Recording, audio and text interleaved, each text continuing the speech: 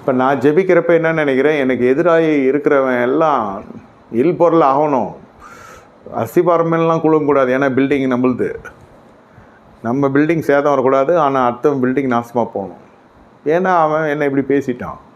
நான் ஊழியம் செய்கிறேன், நான் அபிஷேகம் பண்ணப்பட்டிருக்கேன், என்ன நல்லா கேட்பார் கர்த்தர் என் ஜெபத்தை. அக்கிரம சிந்தை கொண்டிருப்பேன் என்றால் ஜெபத்திற்கு தேவன் செவி கொடார், ஜெபமும் கட்டு. ஆராதனை அந்த பக்கமே வந்துடாது ராசா, நீ லைக் பட மாட்டே ஆராதனைக்கு. வேதம் சொல்கிற ஆராதனை, இந்த ஆரோன் ஆராதனைலாம் நிறைய நடக்குது இல்லையா இப்போது? இந்த ஆரோன் ஆராதனைனா என்ன?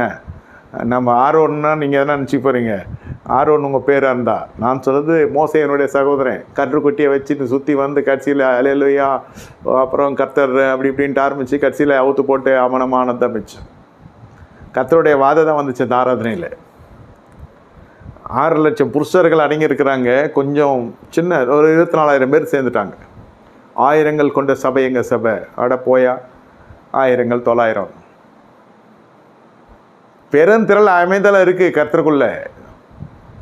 சும்மா இது சிறுசுங்க மாதிரி, அதாவது ஆவிக்குரிய பக்குவம் இல்லாத அறவை கடங்களாம் சேர்ந்துன்னு முடிவு என்ன? அசுத்தம் தானே, அவ்வளோதான் நம்ம பார்க்கணும். இங்கே முடிவு விடுதலை, அசுத்தலது விடுதலை, பரிசுத்தம் மேலே பரிசுத்தம், தாட்ஸ் வர்ஷிப்.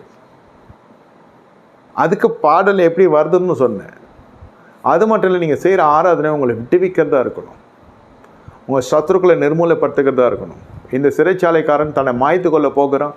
இந்த தேவ மனுஷன் சொல்லாங்க, உனக்கு கெடுதி ஒன்றும் செய்து கொள்ள நாங்கள் இங்கே தான் இருக்கோம். அப்போயே பழைய மனுஷன் செத்துட்டான், அப்புறம் புது மனுஷன் உயிர் தேடுறான், புது சிருஷ்டியாக மாறுறான்.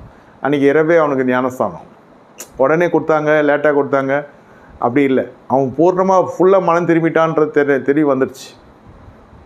கத்தி முனையில் அவன் ஜெயித்தான், ரட்சிப்பை பெற்றுக்கொண்டான். மெயின் அக்யூஸ்டு இவங்க 2 பேர் தான்.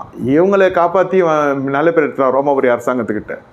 முக்கியமான அரசு குற்றம் சாட்டப்பட்ட அரசு தரப்பு குற்றவாளிகள் இவங்க, தேச விரோதிகள் இவங்க. அவங்கள தப்பிக்க விடாமல் நான் எப்படி என்னுடைய புய பலத்தில் பிடிச்சி கட்டி வச்சிட்டேன் ஐயா. அவன் பில்டப் கொடுத்து அவன் வாழ்க்கையை காப்பாற்றிக்கணும் வேலையை. இவங்க சொல்கிறாங்க நாங்கள் ஓடலடா, நாங்கள் இங்கே தான் இருக்கோம், மற்றெல்லாம் ஓடிட்டான், மற்ற எல்லாம் வேறு கேஸில் மாட்டியிருக்கான். இதுங்க ஒன்று தான் அரசாங்கத்துக்கு எதிரே போன கேஸில் மாட்டினவங்க 2 பேர். இவன் போனான்னா அவன் போயிடுவான். இவங்களும் பவுலும் சீலும் எஸ்கேப் ஆகிருந்தாக்கா இவன் அவ்வளோதான், இவனை கட்டி தொங்க விட்டுருப்பாங்க மறுநாள் இவனை. இப்படிப்பட்ட நல்லவர்கள் நான் பார்த்தது இல்லை. அந்த சாட்சி பாருங்கள், அவனை தொட்டு அவனை அந்த சாட்சி அவனை தொட்டு ஆண்டவரை நான் ரட்சிக்கப்படுறதுக்கு என்ன செய்ய வேணும்னு கேட்டான்.